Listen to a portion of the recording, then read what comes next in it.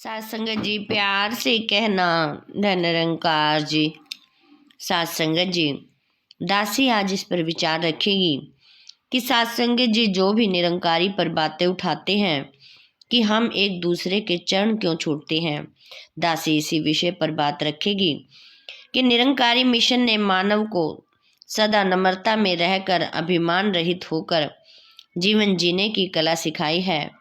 सात संगत जी, चरण स्पर्श तथा चरणामत पूर्ण सतगुरु के मिशन की ही पहचान बनी रही है।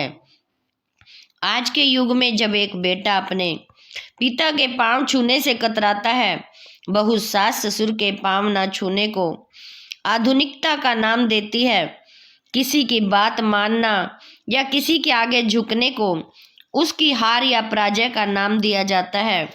इस समय एक मानव का दूसरे मानव के चरण स्पर्श करना सतगुरु की ही एक अनहोनी सी बात दिखाई देती है।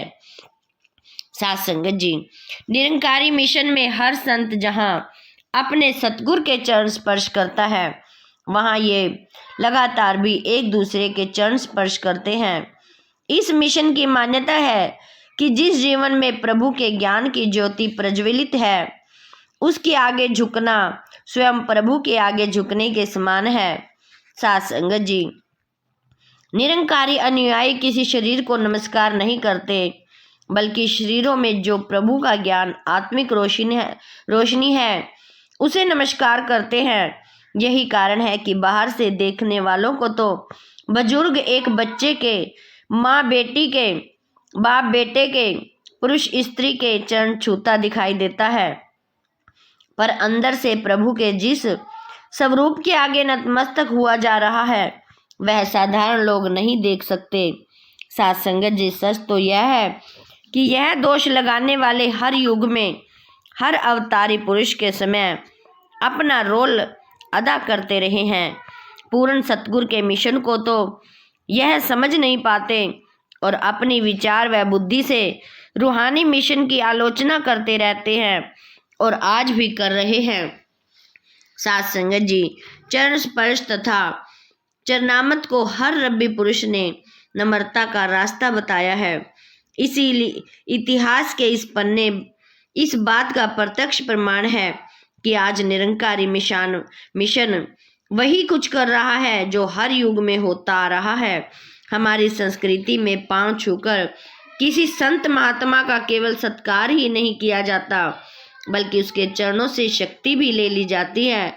जब भी किसी ने महात्मा से आशीर्वाद लेना होता है तो वह महात्मा के चरणों में ही नतमस्तक होकर अपनी खाली झोली भरता है। जैसे पानी नीचे की ओर बहता है, वैसे ही महात्मा की अनुकंपा भी नम्र व्यक्ति के हिस्से में ही आ जाती है। संतों व अवतारी पुरुषों के पांव को चरण कमल भी कहा जाता है, क्योंकि उन्होंने अपने चेतन मन व मानसिक ऊर्जा को इस निरंकार में लयबद्ध कर लिया होता है। इन संतों महापुरुषों द्वारा प्रेषित किरणें पवित्रतम होने के कारण ही सर्वशक्ति संपन्न होती हैं। सात संगत जी, निरंकारी मिशन हर अनुयायी में अपने सतगुरु का रूप ही देखता है, इसलिए इस मिशन में हर कोई एक दूसरे के चरण स्पर्श करता है। निरंकारी मिशन की यह मर्यादा कोई नहीं है। कौन नहीं जानता कि त्रेता युग में भगवान श्री रामचंद्र जी ने नीच जाति कहलाने वाली श्रद्धालु भक्तनी भीलनी के चरणों का चरणामत पम पासर में डलवाया ताकि इस सरोवर का पानी पीने योग्य बन सके। सात संगत जी, इस प्रकार वन के अन्य साधु सन्यासियों ने भी मनों में चरणामत की महत्ता को प्रकट किया। भगवान श्री रामचंद्र जी के चरण स्पर्श में भी श्रापित हुई अहिल्या का उद्धार हुआ। मर्यादा पुरुषोत्तम राम जी ने अपने दरबार में चैवन ऋषि और उनके साथ आए अन्य ऋषियों के चरण धोए और इस प्रकार चरणामत की महत्ता को बढ़ाया। सात संगत जी, द्वापर युग का इतिहास भी सामने है।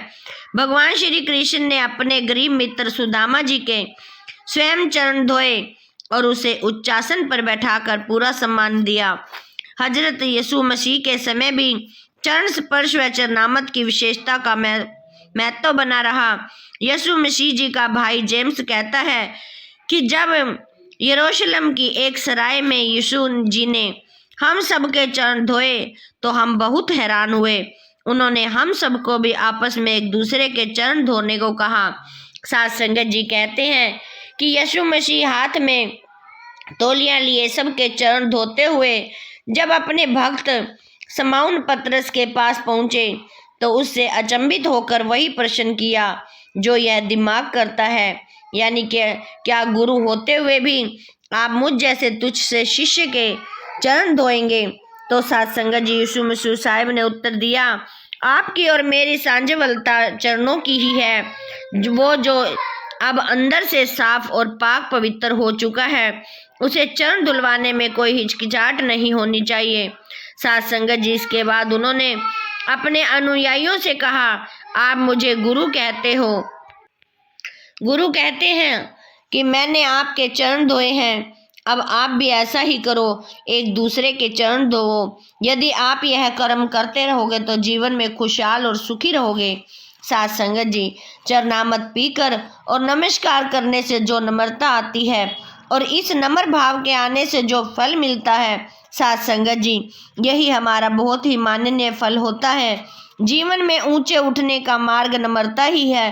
तभी साथ संगत जी गुरु साहिब फरमाते हैं कि आपस को जो जाने नीचा सोई गनिए सबते ऊंचा।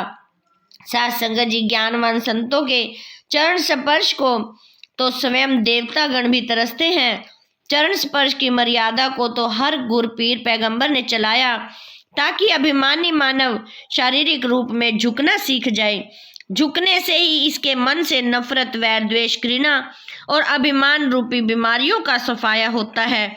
साथ संगत जी श्री आदि ग्रंथ में तो स्थान स्थान पर चरण स्पर्श और चरणामृत की महत्ता का वर्णन किया जाता है। प्यारी साथ संगत जी कहा भी है, गुरु नानक देव जी ने कहा कि रुक दिन को समझाते हुए कहा कि हर प्राणी के मस्तक की लकीरें मोहर के अक्षरों की भांति उल्टी होती हैं।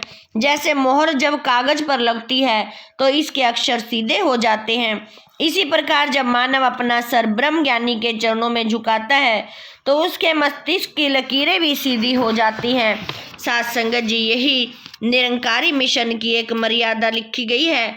साथ संगत जी भगवान श्री केवट राम जी के चरण धोकर आनंद अनुभव करने लगा और चरणोदक को पीकर फिर आनंद पूर्वक श्री रामचंद्र जी के गंगा जी के से पार ले गया। साथ संगत जी देवताओं ने भी फूल बरसाए कि इसके समान कोई पुण्य का कर्म नहीं है। निरंकारी मिशन ने इसी मर्यादा, इसी सिद्धांत को अपनाया है। वर्तमान सतगुरु की यह आवाज सुनकर यह पाठक स्वयं ही अंदाजा लगा सकता है कि आज यह मिशन कोई नई अनूठी बात नहीं कर रहा है, बल्कि पुरातन सनातन भक्ति की मर्यादा ही समझा रहा है। साथ संगत जी इसी संदर्भ में युग पुरुष निरंकारी बाबा जी की वाणी में भी यही लिखा जाता है कि गुरु और निरंकार में कोई अंतर नहीं होता। यदि आकार करके मुझसे दूर हो तो भी निरंकार गुरु आपके साथ हैं। हमने इस पर अडोल रहना है। साथ संगत जी आप निरंकार के साथ प्रीत नहीं कर सकते, प्रीत साकार के साथ ही करनी है और इन संत जनों महापुरुषों की चरण धूलि ही बनना है जो आपको चरणों पर नमस्कार करनी बताई गई है। साथ संगत जी यह नम्रता का प्रीत का प्रमाण है।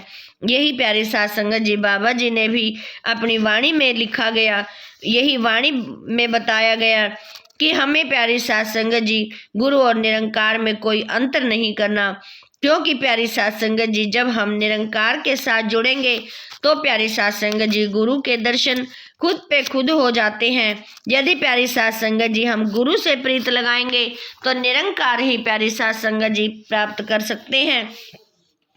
ऐसे ही प्यारी साथ संगत जी युग पुरुष बाबा जी ने, प्यारी साथ संगत जी अवतार सिंह जी ने भी अपने विचारों में फरमाया कि गुरसिख गुरसिख पूजदा की मर्यादा में प्यारी साथ संगत जी बाबा जी फरमाते हैं कि संसारिक पदार्थ और संसारिक दुख दूर करना चाहते हो तो इन संतों के चरण धोकर पियो, सभी कार्य ठीक हो जाएंगे। अपने सतगुरु के चरणों पर विश्वास रखो, संतों पर भरोसा रखो। यह चरणामृत बाबा जी ने एक दवाई बताई है। प्यारी साध संगत जी, बेशक संसार को कह दो कि एक हमारे बाबा जी ने चरनामत दवाई बताई है। साध संगत जी, चरनामत शारीरिक दुखों की दवाई है, जैसे कि प्यारी साध संगत जी चरण रज मानसिक रोगों का निवारण करती है।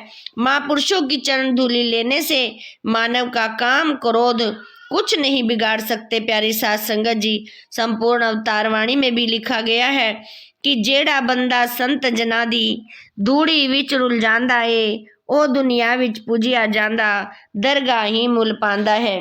प्यारी साध संगत जी, बाबा जी फरमाते हैं कि हम देखते हैं कि जब आंधी आती है तो ऊंचे ऊंचे वृक्ष धरती पर गिर जाते हैं कि पर नरम घास पहले ही धरती के साथ जुड़ी होती है, आंधी उसका कुछ नहीं बिगाड़ सकती। इसी प्रकार